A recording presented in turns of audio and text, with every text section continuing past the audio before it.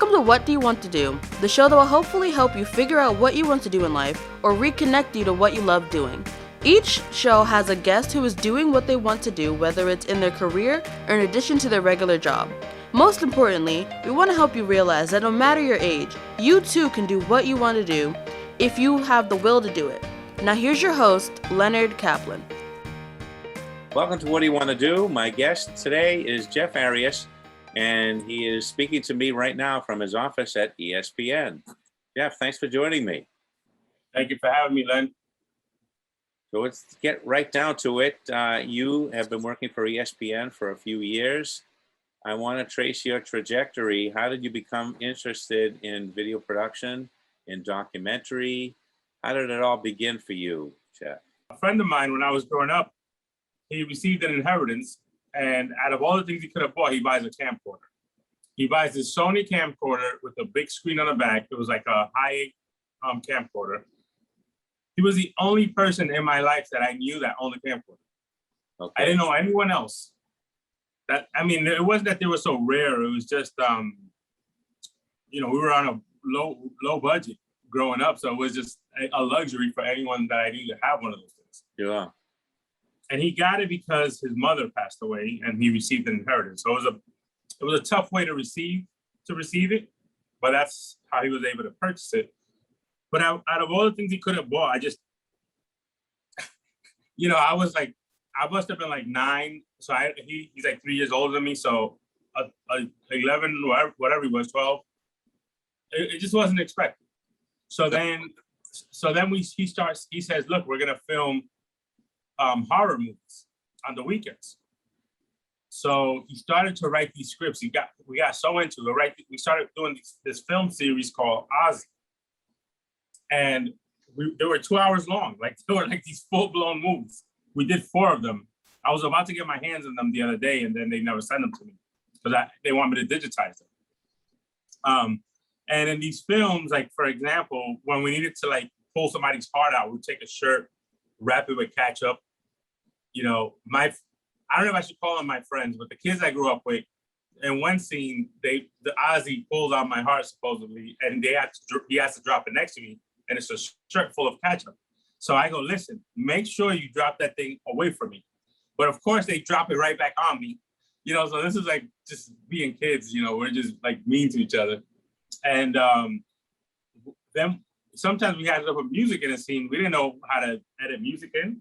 So you'd see a shadow with a radio standing behind the camera in the scene. So it would be stuff like that you would find in the scenes. They were pretty funny. And then we just cut them tape to tape. It got kind of crazy. They wouldn't even let me in on the editing sessions. And it was just going from one VCR to another, real linear editing. But it wasn't the equipment wasn't even made for that. He was just figuring it out as he went. And we spent a lot of Saturdays working on those films. Saturdays and Sundays. And the reason it was just more Saturdays and Sundays because 2 of our friends, they were brothers, Felix and Ishmael, they lived in New York. And they would only come on the weekends. And they were a part of the production. So we always had to wait for them to come. But it was a group of about 12, 13 kids in the film. And we grew up playing sports, but when he got the camcorder, we kind of just stopped for, 7 months of our lives. And we just kept working on these films. Was this in Boston or was this in New York? Well, I grew up in Jersey. In Jersey, okay. So that long story is what sparked an interest in media. And the street I grew up on was called Palisades Avenue. Yeah. So around the age of 18, I just got into my idea that I was going to build a company called Palisades Entertainment. And I would just say that to everybody. I would just talk about it. I even forgot why I loved media so much. So around 18, I started to entertain with the idea, and I always had this burning desire to edit. So I ended up buying some editing software, and once in a while, whoever had a camera would shoot something. And just digitizing was a big deal for me. Just to be able to digitize, that was enough for me. I didn't really get into it real serious until I was about maybe 21. Then by the age of 21, 22, I was already in college. I was going to school to become a teacher. I wanted to become a teacher. what I enjoyed about teaching was the mentoring more than the actual teaching. One-on-one is what you love. Yeah. And so while I was in school, I convinced my dad, who was so greedy about his camera. He had a camera like that. Can I borrow it? He wouldn't let me use it, but it was always a big deal to get. I'm like, you don't use it. Give it to me. He never gave it to me. But what I was doing was I was doing free music videos. So I started to make, I started to make free music videos for people. And I did about 20 of them for free. And then all of a sudden, I was able to charge $250 a video. And I got into that world. And then I just kept growing. And so all this is while I'm going to school. And I'm starting to grow the budgets. I wasn't a businessman. And then you start learning business while you're trying to develop this production company. And music videos, unfortunately, a lot of the artists are struggling. So it's not the place where you're gonna build a lucrative business from. Well, while I was in the university, I learned so much doing these productions that the staff respected. Not that I was special, but I can communicate with the staff on a different level. And I was really getting everything I could from the teachers because I knew so much, they didn't have to teach me the basics. So I would ask all these questions. And I have one thing that I'm good at is I always look for what's good in people. People they'll criticize you, but I'm like, well, what are you good at? And then whatever you're good at, I'm gonna focus on learning that from you. I'm not gonna listen to all other stuff. Because we all have we all have stuff we're not strong in, and it's okay.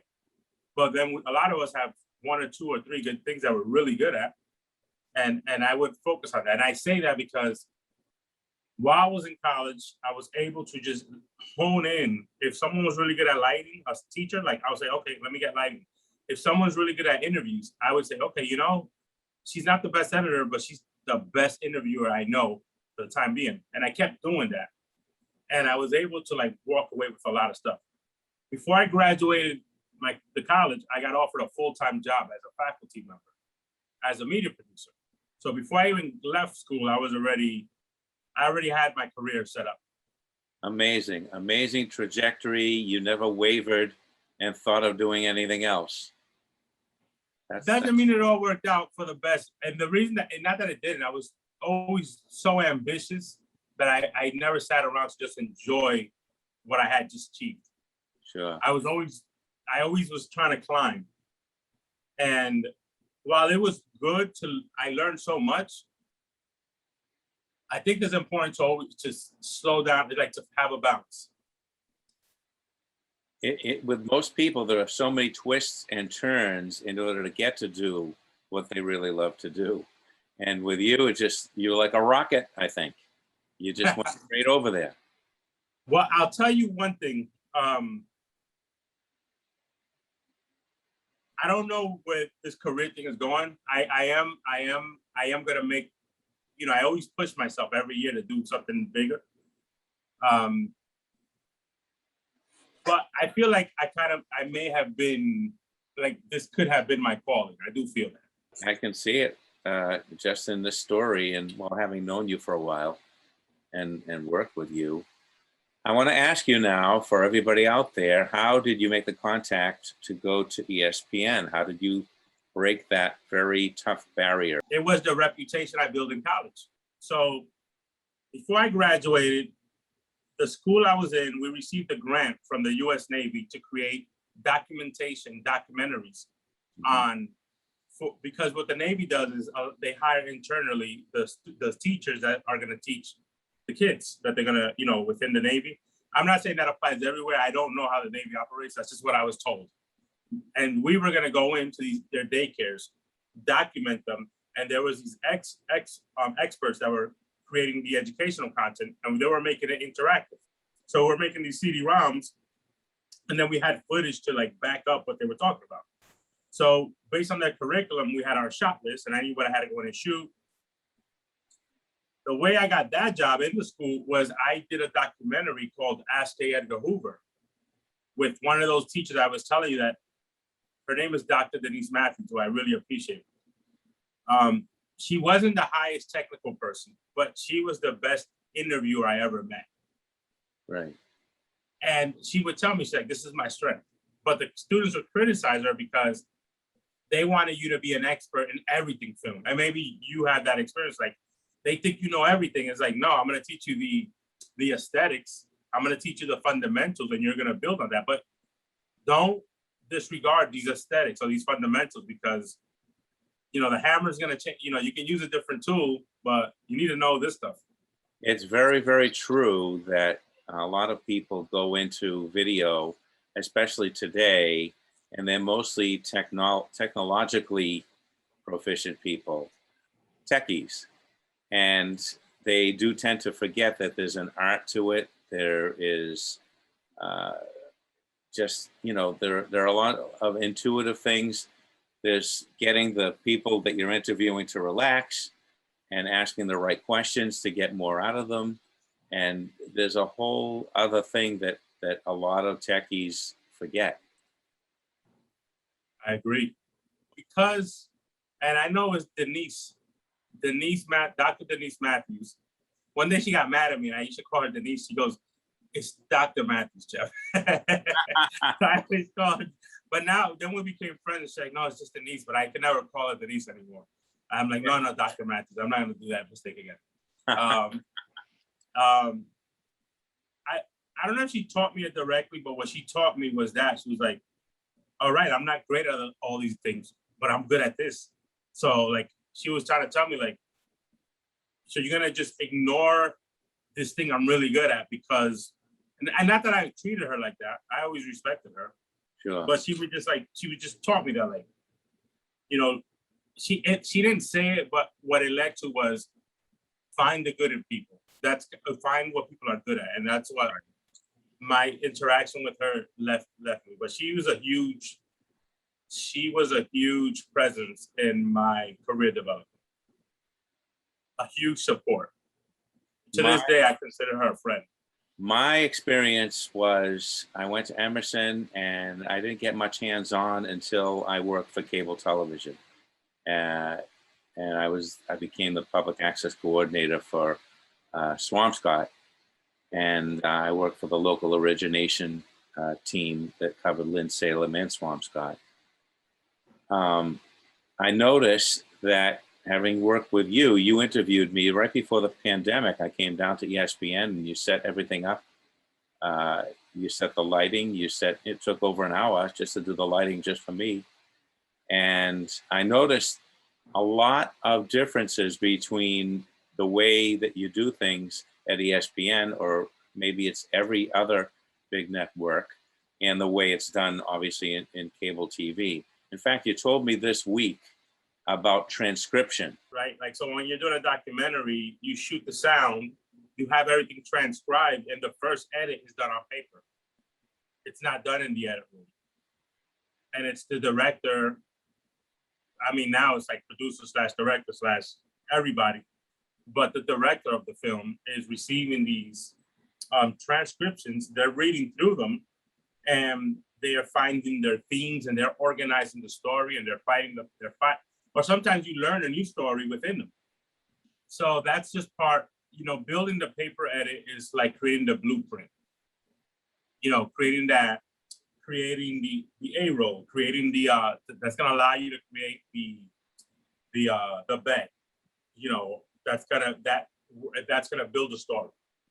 To B-roll a story, I think it's easy. You know, it's the easy part of it.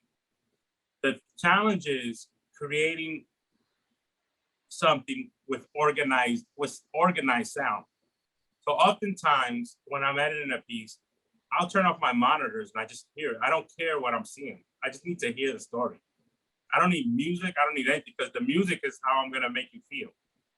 I'm gonna complement to the mood I'm setting and the journey I'm trying to take you on and where I want to take you with the music. So, but the sound is how I'm organizing the story, so I can deliver it to you, so that it makes sense.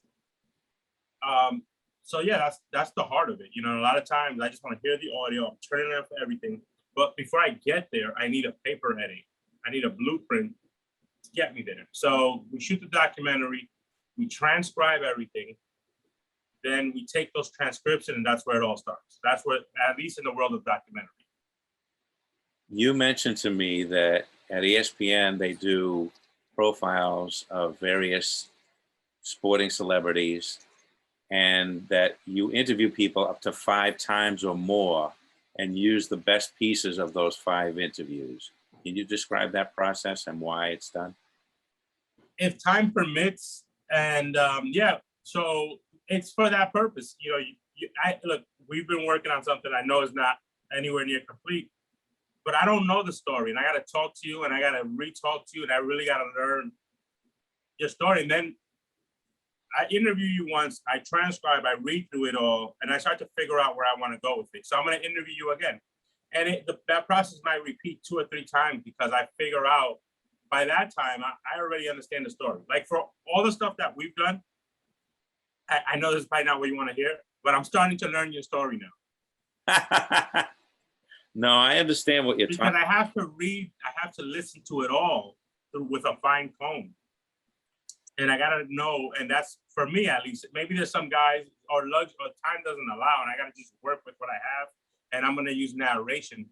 The other thing is, at least this group that I work with, 30 for 30, they don't like narration. They really try to stay away from that. Well, why is it? I think just where they have evolved as filmmakers, number one, it just feels like it's the easy way out. Right. To connect the story and you're writing to it. It doesn't feel as authentic as opposed to you just letting the interviews and what you've gotten in the field put together the story. There's a big push to just allow things to play out as they were. Even footage. If you notice in 30 for 30, they try not to color correct archival footage. They don't want to touch it. They just want you to see it as it was. That's really interesting. Wow. Yeah, there's a lot of thinking behind these things. A lot of discussions. Even from like allowing a curse word, or like, I'll tell you one example. We did a film on Dennis Rodman, and there was a huge conversation on allowing one lady, a white woman, to say the N-word on the film. The reason they allowed it was because they were distinguishing, is this part of the story that we need to, there's certain conversations, like she was retelling what happened years ago. And it was like, there was a huge, and this became a huge issue with the company that we allowed this to happen. But those conversations, like what they were gonna do, like it goes up all the way, like to the highest level of the company. And they really discuss, you know, does it pertain to the story and does it need to be said? So there's a lot of effort to not interfere in the story and just really give you the story as it happened in the most authentic light. So we're not trying to manipulate and create a story. We're really just trying to find out the story and tell it to you the way it was. So it is a high level of journalism to these documentaries, where we're not trying to persuade you one way or the other. No, we just want to tell you this exactly what happened to the best of our knowledge. And that's why narration can definitely lead to manipulation, because somebody did a story on my wrestling show years ago, and they were trying to add more drama to it. And they said that our guest was angry as they were showing him walking by, and it wasn't true at all. It was just something that they threw in there to make people watch the story. So that's more honest, I guess. You just use the there's a high level of integrity. And then, not that it happens, but we don't ever want to lose the cooperation of anyone. So we do a story on you. A lot of times, you know, this is not politically correct. A lot of times I'm like, you know, I think to myself, even from a director, like the amount of power we will give them, being that you're paying for all this and all this money, you would think that at some point they would say, listen, we're paying for this is our product, but they won't do it. They, you know, I got frustrated the other day. I was working with one of the producers, and I was in the wrong, but he wanted to call the director like at 11 o'clock at night, just to ask for permission to stretch out a shot. Wow. And it's tough when you're doing it, but then you understand why they're doing it, because they're just really there's a lot of respect also that goes into your story. I understand. I want to say another thing that I forgot to say. While I was moving up, Len, one of the things that I did when I became hungry for this knowledge, I didn't own the equipment. And when I was coming into it, I didn't know who owned it. I didn't know how I was going to get it.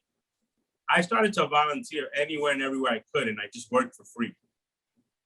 So before I even did the music videos, the way I learned, I started to borrow the books for Final Cut Pro. I don't know if you remember, the manuals, they were like, one was this big, and I read through 4 of them before I touched the software. But I didn't know who, but I only knew a guy that would let me the manuals. I didn't have it, so I read each book. That's amazing. And I did that for every software I get my hands on. I would just read the book. Then I started buying film books. I would read all these film books. I never, like a year before I even got to touch the equipment, I was just that hungry to find out about that stuff. It's amazing when you're, to me, that good at reading manuals, because that's my weakness is manuals. So they didn't make sense. Fly, you know. They didn't make sense at the time. The language that's used in a manual is just, it's engineering language. It's, you know, there's ought to be some other process to make it a little bit more user friendly.